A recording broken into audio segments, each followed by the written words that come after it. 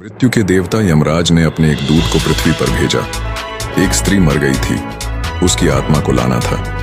देवदूत आया, लेकिन चिंता में पड़ गया, क्योंकि 3 छोटी छोटी लड़कियां, जुड़वां एक अभी भी उस मृत स्त्री के स्तन से लगी हैं। एक चीख रही है, पुकार रही है, एक रोते रोते सो गई है, उसके आंसू उसकी आंखों के पास सूख गए हैं। 3 छोटी जुड़वां बच्चियां और स्त्री मर गई है, और कोई देखने वाला नहीं है। पति पहले मर चुका है, परिवार में और कोई भी नहीं है। इन 3 छोटी बच्चियों का क्या होगा? उस देवदूत को यह ख्याल आ गया तो वह खाली हाथ वापस लौट गया। उसने जाकर मृत्यु के देवता यमराज को कहा कि मैं न ला सका, मुझे क्षमा करें, लेकिन आपको स्थिति का पता ही नहीं है। 3 जुड़वां बच्चियां हैं, छोटी छोटी, दूध पीती। एक अभी भी मृत स्तन से लगी है, एक रोते रोते सो गई है, दूसरी अभी चीख पुकार रही है। हृदय मेरा ला न सका। क्या यह नहीं हो सकता कि इस स्त्री को कुछ दिन और जीवन के दे दिए जाएं? कम से कम लड़कियां थोड़ी बड़ी हो जाएं, और कोई देखने वाला नहीं है। मृत्यु के देवता ने कहा, तो तू फिर समझदार हो गया। उससे ज्यादा जिसकी मर्जी से मौत होती है, जिसकी मर्जी से जीवन होता है, तो तूने पहला पाप कर दिया, और इसकी तुझे सजा मिलेगी। और सजा यह है कि तुझे पृथ्वी पर चले जाना पड़ेगा, और जब तक तू 3 बार न हंस लेगा अपनी मूर्खता पर, तब तक वापस न आ सकेगा। इसे थोड़ा समझना। 3 बार न हंस लेगा अपनी मूर्खता पर, क्योंकि दूसरे की मूर्खता पर तो अहंकार हंसता है। जब तुम अपनी मूर्खता पर हंसते हो तब अहंकार टूटता है। देवदूत को लगा नहीं तो वह राजी हो गया दंड भोगने को, लेकिन फिर भी उसे लगा कि सही तो मैं ही हूं, और हंसने का मौका कैसे आएगा, तो उसे जमीन पर फेंक दिया गया। एक मोची सर्दियों के दिन करीब आ रहे थे और बच्चों के लिए कोट और कंबल खरीदने शहर गया था, कुछ रुपए इकट्ठे करके। जब वह शहर जा रहा था तो उसने राह के किनारे एक नंगे आदमी को पड्डे हुए ठिठुरते हुए देखा। यह नंगा आदमी वही देवदूत था जो पृथ्वी पर फेंक दिया गया था। उसको दया आ गई, और बजाय अपने बच्चों के लिए कपड़े खरीदने के, उसने इस आदमी के लिए कंबल और कपड़े खरीद लिए। इस आदमी को कुछ खाने पीने को भी न था, घर भी न था, छप्पर भी न था जहां रुक सके। तो मोची ने कहा कि अब तुम मेरे साथ ही आ जाओ, लेकिन अगर मेरी पत्नी नाराज हो जो कि वह निश्चित होगी, क्योंकि बच्चों के लिए कपड़े खरीदने लाया था, वह पैसे तो खर्च हो गए, वह अगर नाराज हो, चिल्लाए, तो तुम परेशान मत होना, थोड़े दिन में सब ठीक हो जाएगा। उस देवदूत को लेकर मोची घर लौटा। न तो मोची को पता है कि देवदूत घर में आ रहा है, न पत्नी को पता है। जैसे ही देवदूत को लेकर मोची घर में पहुंचा, पत्नी एकदम पागल हो गई, बहुत नाराज हुई, बहुत चीखी चिल्लाई, और देवदूत पहली दफा हंसा। मोची ने उससे कहा, हंसते हो, बात क्या है? उसने कहा, मैं जब 3 बार हंस लूंगा तब बता दूंगा। देवदूत हंसा पहली बार, क्योंकि उसने देखा कि इस पत्नी को पता ही नहीं है कि मोची देवदूत को घर में ले आया है, जिसके आते ही घर में हजारों खुशियां आ जाएंगी।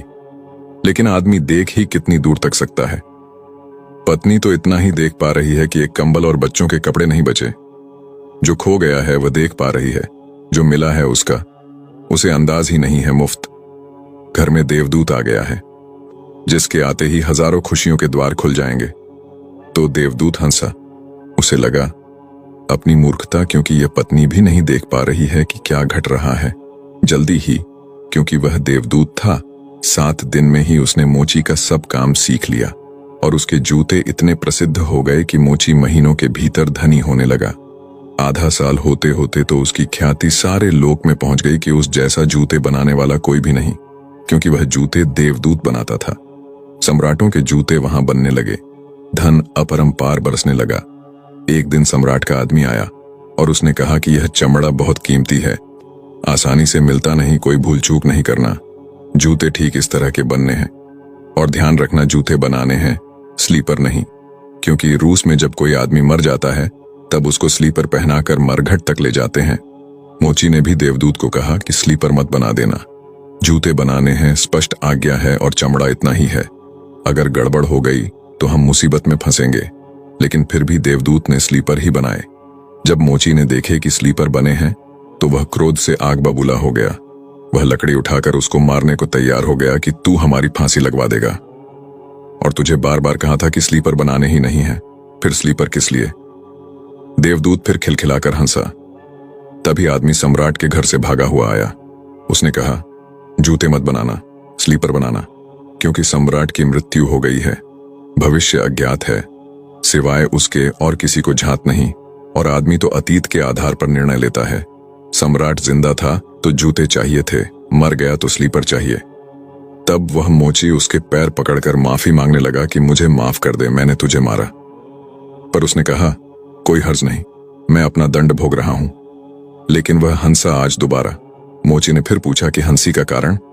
उसने कहा कि जब मैं 3 बार हंस लूं।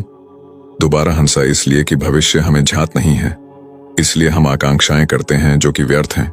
हम अभीप्साएं करते हैं जो कि कभी पूरी न होंगी। हम मांगते हैं जो कभी नहीं घटेगा, क्योंकि कुछ और ही घटना तय है। हमसे बिना पूछे हमारी नियति घूम रही है और हम व्यर्थ ही बीच में शोरगुल मचाते हैं। चाहिए स्लीपर और हम जूते बनवाते हैं। मरने का वक्त करीब आ रहा है और जिंदगी का हम आयोजन करते हैं। तो देवदूत को लगा कि वे बच्चियां, मुझे क्या पता भविष्य उनका क्या होने वाला है। मैं नाहक बीच में आया। और तीसरी घटना घटी कि एक दिन 3 जवान लड़कियां आईं। उन तीनों की शादी हो रही थी और उन तीनों ने जूतों के आर्डर दिए कि उनके लिए जूते बनाए जाएं। एक बूढ़ी महिला उनके साथ आई थी जो बड़ी धनी थी। देवदूत पहचान गया, ये वे ही 3 लड़कियां हैं जिनको वह मृत मां के पास छोड़ गया था और जिनकी वजह से वह दंड भोग रहा है। वे सब स्वस्थ हैं, सुंदर हैं। उसने पूछा कि क्या हुआ, ये बूढ़ी औरत कौन है? उस बूढ़ी औरत ने कहा कि ये मेरी पड़ोसिन की लड़कियां हैं। गरीब औरत थी, उसके शरीर में दूध भी न था, उसके पास पैसे लत्ते भी नहीं थे, और 3 बच्चे जुड़वा। वह इन्हीं को दूध पिलाते पिलाते मर गई। लेकिन मुझे दया आ गई, मेरे कोई बच्चे नहीं हैं और मैंने इन तीनों बच्चियों को पाल लिया। अगर मां जिंदा रहती तो ये तीनों बच्चियां गरीबी, भूख और दीनता और दरिद्रता में बड़ी होती। मां मर गई, इसलिए ये बच्चियां तीनों बहुत बड़े धन वैभव में, संपदा में पली, और अब उस बूढ़ी की सारी संपदा की ये ही 3 मालिक हैं और इनका सम्राट के परिवार में विवाह हो रहा है। देवदूत तीसरी बार हंसा और मोची को उसने कहा कि ये 3 कारण हैं। भूल मेरी थी, नियति बद्धी है और हम उतना ही देखते हैं जितना देख पाते हैं। जो नहीं देख पाते बहुत विस्तार है उसका, और हम जो देख पाते हैं उससे हम कोई अंदाज नहीं लगा सकते जो होने वाला है, जो होगा। मैं अपनी मूर्खता पर 3 बार हंस लिया हूं। अब मेरा दंड पूरा हो गया और अब मैं जाता हूं। जो प्रभु करते हैं अच्छे के लिए करते हैं। विशेष विधि का विधान जीवात्माओं के कल्याण के लिए बना है। ईश्वर दयालु है।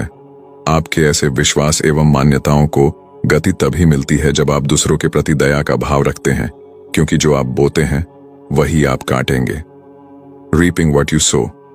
सृष्टि में घट रही घटनाओं पर आपको चिंतित होने की आवश्यकता नहीं है। आवश्यकता है अपने कर्तव्यों के पालन की और नेक विचारों से जीवन जीने की। यह तभी संभव है जब आपका जीव, इमोशंस यानी मन, सात्विक अन्न से बना हो एवं सुविचारों का उत्पादन करता हो। भवसागर से पार होने के लिए मनुष्य शरीर रूपी सुंदर नौका मिल गई है। सतर्क रहो, कहीं ऐसा न हो कि वासना की भंवर में पड़कर नौका डूब जाए। स्वयं कमाओ, स्वयं खाओ, यह प्रकृति है जिसको रजोगुण कहते हैं। दूसरा कमाए, तुम छीन कर खाओ, यह विकृति है, यह तमोगुण कहलाता है। स्वयं कमाओ, सबको खिलाओ, यह देविक संस्कृति है, यह सतोगुण कहलाता है। देविक प्रवृत्तियों को धारण करे तभी आप देवलोक पाने के अधिकारी बनेंगे। हमेशा ध्यान में रखिए, आप एक शुद्ध चेतना है, यानी स्व ऊर्जा से प्रकाशित आत्मा। माया अर्थात अज्ञान ने आपकी आत्मा के शुद्ध स्वरूप को छीन रखा है। अतः माया अर्थात अज्ञान से पीछा छुड़ाइए और शुद्ध चेतना को प्राप्त कर परमानंद का सुख भोगिए।